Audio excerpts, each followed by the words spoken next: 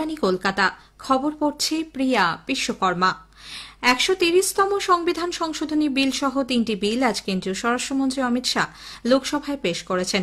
কোন প্রধানমন্ত্রী বা মুখ্যমন্ত্রীর বিরুদ্ধে যদি দুর্নীতি কিংবা গুরুতর অপরাধের অভিযোগ থাকে এবং একটানা ৩০ দিন আইনি হেফাজতে থাকেন, তাহলে তাকে অপসারণ করার সংস্থান রয়েছে সংবিধান সংশোধনী বিলে। এছাড়াও কেন্দ্রশাসিত অঞ্চলগুলির সরকার সংক্রান্ত সংশোধনী বিল ২০২৫ এবং জম্মু কাশ্মীর পুনর্গঠন সংশোধনী বিল ২০২৫ও আজ লোকসভায় পেশ করা হয়েছে।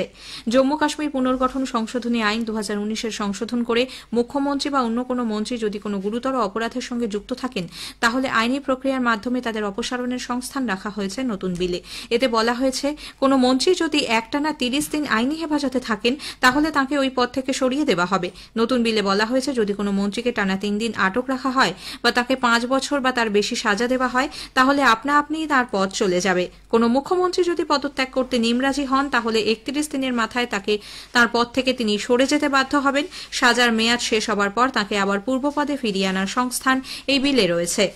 কংগ্রেস, এআইএমআইএম এবং সমাজবাদী পার্টি এই বিলগুলির বিরোধিতা করে এগুলিকে অসাংবিধানিক এবং যুক্তরাষ্ট্রীয় ব্যবস্থার পরিপন্থী বলে উল্লেখ করেছে। এআইএমআইএম এর আসাউদ্দিন ওয়াইসি বলেছেন, এই বিলগুলি ক্ষমতার বিকেন্দ্রীকরণের মূল নীতিকে এবং সরকার নির্বাচনের ক্ষেত্রে মানুষের অধিকারকেই খর্ব করছে। আরএসপির এন.কে প্রেমাচন্দ্রন বলেন, বিরোধী শাসিত রাজ্যগুলিকে অস্থিতিশীল করার অসৎ উদ্দেশ্য নিয়ে এই বিল আনা হয়েছে। কংগ্রেসের কে.সি. বেণুগোপালও একইভাবে এই বিলের বিরোধিতা করেন।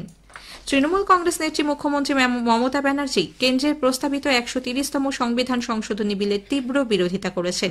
এক্স হ্যান্ডেলে আজ এক পোস্টে তিনি এই বিলকে দেশের গণতন্ত্রের ওপর প্রাণঘাতী আঘাত বলে উল্লেখ করেন। তার অভিযোগ, এই পদক্ষেপ আসলে ভারতের গণতন্ত্র ও যুক্তরাষ্ট্রীয় কাঠামো চিরতরে ধ্বংস করে দেবে। রাজ্যসভায় আজ ইন্ডিয়ান ইনস্টিটিউট অব ম্যানেজমেন্ট সংশোধনী বিল ২০২৫ অনুমোদিত হয়েছে। এই বিলে অসমের গুয়াহাটিতে একটি আইআইএম স্থাপনের প্রস্তাব রয়েছে। ৫৫৫ কোটি টাকা ব্যয়ে গুয়াহাটির প্রস্তাবিত এই আইআইএম-এ চলতি শিক্ষাবর্ষ থেকে পঠন পাঠন শুরু হবে। এই বিলটি আগেই লোকসভায় অনুমোদিত হয়েছিল। বিলের পক্ষে আলোচনায় অংশ নিয়ে কেন্দ্রীয় শিক্ষামন্ত্রী ধর্মেন্দ্র প্রধান বলেন, প্রধানমন্ত্রী নরেন্দ্র মোদীর সরকার দেশের ছাত্রছাত্রীদের উচ্চশিক্ষার নতুন সুযোগ সৃষ্টি করতে চায়। চীনের বিদেশমন্ত্রী ওয়াং ই আজ নতুন দিল্লিতে প্রধানমন্ত্রী নরেন্দ্র মোদীর সঙ্গে সাক্ষাৎ করেছেন। তিনি চীনের টিয়ানজেনে আয়োজিত সাংহাই সহযোগিতা সংগঠনের শীর্ষ বৈঠকে অংশগ্রহণের জন্য সে দেশের রাষ্ট্রপতি শি জিনপিং এর একটি বার্তা ও আমন্ত্রণপত্র প্রধানমন্ত্রীর হাতে তুলে দেন। বিদেশমন্ত্রী ড এস জয়শঙ্কর রাশিয়ার বিশিষ্ট শিক্ষাবিদ এবং বুদ্ধিজীবী সম্প্রদায়ের প্রতিনিধিদের সঙ্গে কথা বলেছেন। সামাজিক মাধ্যমে এক বার্তায় ড জয়শঙ্কর জানিয়েছেন, ভারত ও রাশিয়ার সম্পর্ক সমসাময়িক বিশ্ব ভূ রাজনীতি এবং ভারতের দৃষ্টিভঙ্গি নিয়ে তাদের মধ্যে কথা হয়েছে। ড জয়শঙ্কর আজ বাণিজ্য, অর্থনীতি, বিজ্ঞান, প্রযুক্তি এবং সাংস্কৃতিক সহযোগিতা সংক্রান্ত ভারত রাশিয়া আন্তঃসরকারি কমিশনের ২৬তম অধিবেশনে যৌথভাবে সভাপতিত্ব করবেন। মস্কোয় ভারত রাশিয়া ব্যবসায়িক মঞ্চেও ভাষণ দেবেন বিদেশমন্ত্রী। সংশোধিত ওয়াকফ আইনের প্রতিবাদে আইএসএফ এর বিক্ষোভ কর্মসূচিকে কেন্দ্র করে আজ ধর্মতলা এলাকা উত্তপ্ত হয়ে ওঠে। পুলিশের সঙ্গে ধস্তাধস্তিতে ভাঙড়ের বিধায়ক নওশাদ সিদ্দিকী আহত হয়েছেন বলে খবর। আজ নওশাদ সিদ্দিকীর নেতৃত্বে আইএসএফ সংশোধিত ওয়াকফ আইন এবং ভোটার তালিকার বিশেষ সংশোধনী এসআইআর এর প্রতিবাদে পথে নামেন। পুলিশের দাবি, এই মিছিলের অনুমতি নেয়নি আইএসএফ।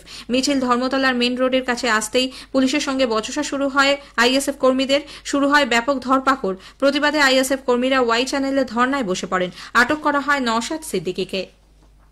প্রাথমিকে নিয়োগ দুর্নীতি মামলায় আগামী ১২ই সেপ্টেম্বরের মধ্যে রাজ্যের কারামন্ত্রী চন্দ্রনাথ সিনহাকে আত্মসমর্পণ করার নির্দেশ দিয়েছে ইডির বিশেষ আদালত।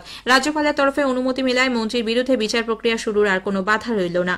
চন্দ্রনাথ সিনহার নামে ১৫ দিনের মধ্যে সমন জারির নির্দেশ দিয়েছে আদালত। সমন জারি করে কোর্টে পেশ করতে হবে তাকে।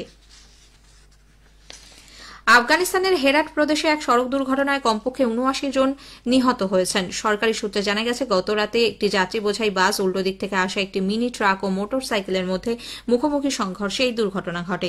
নিহতদের মধ্যে অধিকাংশই ইরান থেকে আগত মহিলা ও শিশু আফগান শরণার্থী রয়েছে বলে জানা গেছে।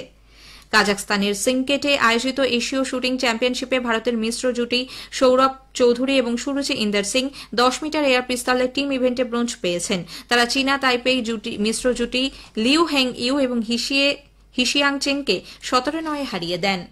এই নিয়ে ভারতের পদক সংখ্যা ১৪ হয়েছে। এর মধ্যে ৬টি সোনা, ৫টি রূপো এবং ৩টি ব্রোঞ্জ পদক রয়েছে। খবর শেষ হল। এরপর গ্রামীণ সংবাদ সন্ধ্যে ৬টা বেজে ৩৫ মিনিটে।